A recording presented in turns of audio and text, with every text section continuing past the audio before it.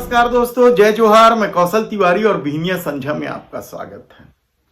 देश संविधान के मुताबिक चलता है, लेकिन हाल के दौर में जिस तरीके से नफरती गैंग ने या फिर सरकार ने भी संविधान या कानून के इतर जाकर चेहरा देखकर, धर्म देखकर कार्रवाई की है, उसे लेकर कई तरह के सवाल उठते रहे। सुप्रीम कोर्ट ने भी बुलडोजर संस्कृति पर रोक लगा दी।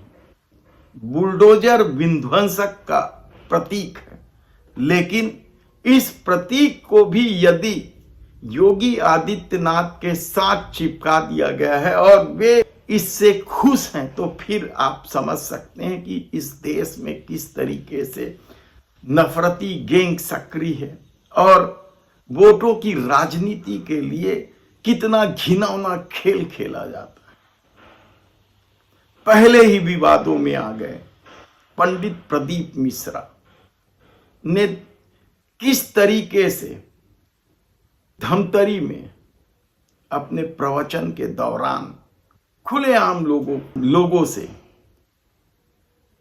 हथियार उठाने की अपील कर दी, चौराहे में हत्या करने की सलाह दे दी।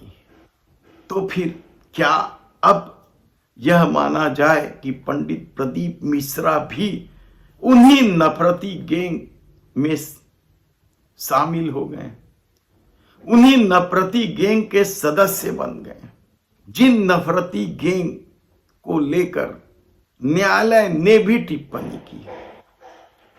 हालांकि प्रदीप मिश्रा के साथ यह विवाद पहली बार नहीं जुड़ा है। इससे पहले उन्होंने श्री राधा रानी को लेकर भी टिप्पणी की थी और उस टिप्पणी की वजह से उन्हें वृंदावन जाकर नाक रगड़कर माफी मांगना पड़ा था। तो क्या वह माफीनामा केवल नौटंकी है?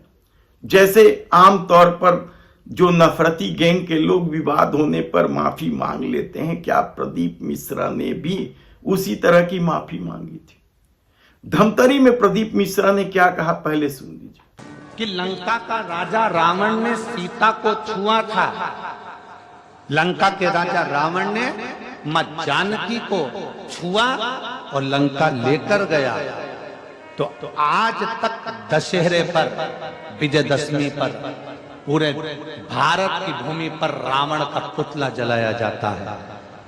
इस व्यासपीठ के माध्यम से मेरा इतना सा निवेदन है कि अब रावण को छोड़ो और जिस मोहल्ले में, जिस नगर में, जिस गांव में, जिस शहर में, जिस क्षेत्र में छोटी बेटियों के साथ गलत कृत्य हो रहा है, उनको लाकर चौराहे पर जला दिया है।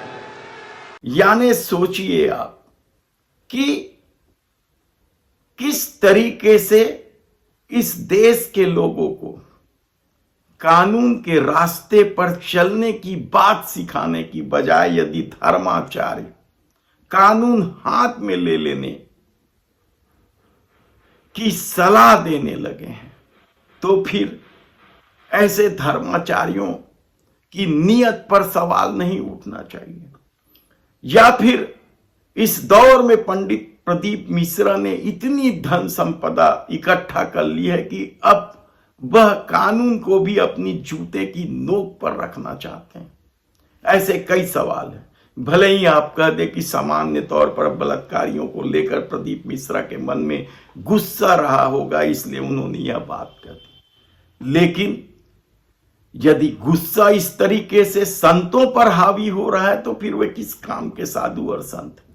ऐसे में जब प्रदीप मिश्रा को लेकर अब जो सवाल उठने लगे हैं, क्या इस मामले को लेकर न्यायालय को भी स्वतः संज्ञान नहीं लेना चाहिए? ऐसे कई सवाल हैं। आप खुद सोचिए कि यदि हर व्यक्ति इसी तरीके से अपराध के खिलाफ, कोई कह दे कि बलात्कारियों को भरे चौराहे पे मार दो, कोई कहे कि चोरों को मार दो, कोई कहे कि डकैतों को मार दो, कोई कहे और किसी अपराध के आरोपियों को चौराहे पर मार दो, तो फिर कानून कहां रह जाएगा? क्या इस तरह के बयानबाजी पर रोक लगाने के लिए सरकार को और न्यायालय को, दोनों को हिम्मत दिखाने की जरूरत नहीं है? क्या अब समय नहीं आ गया है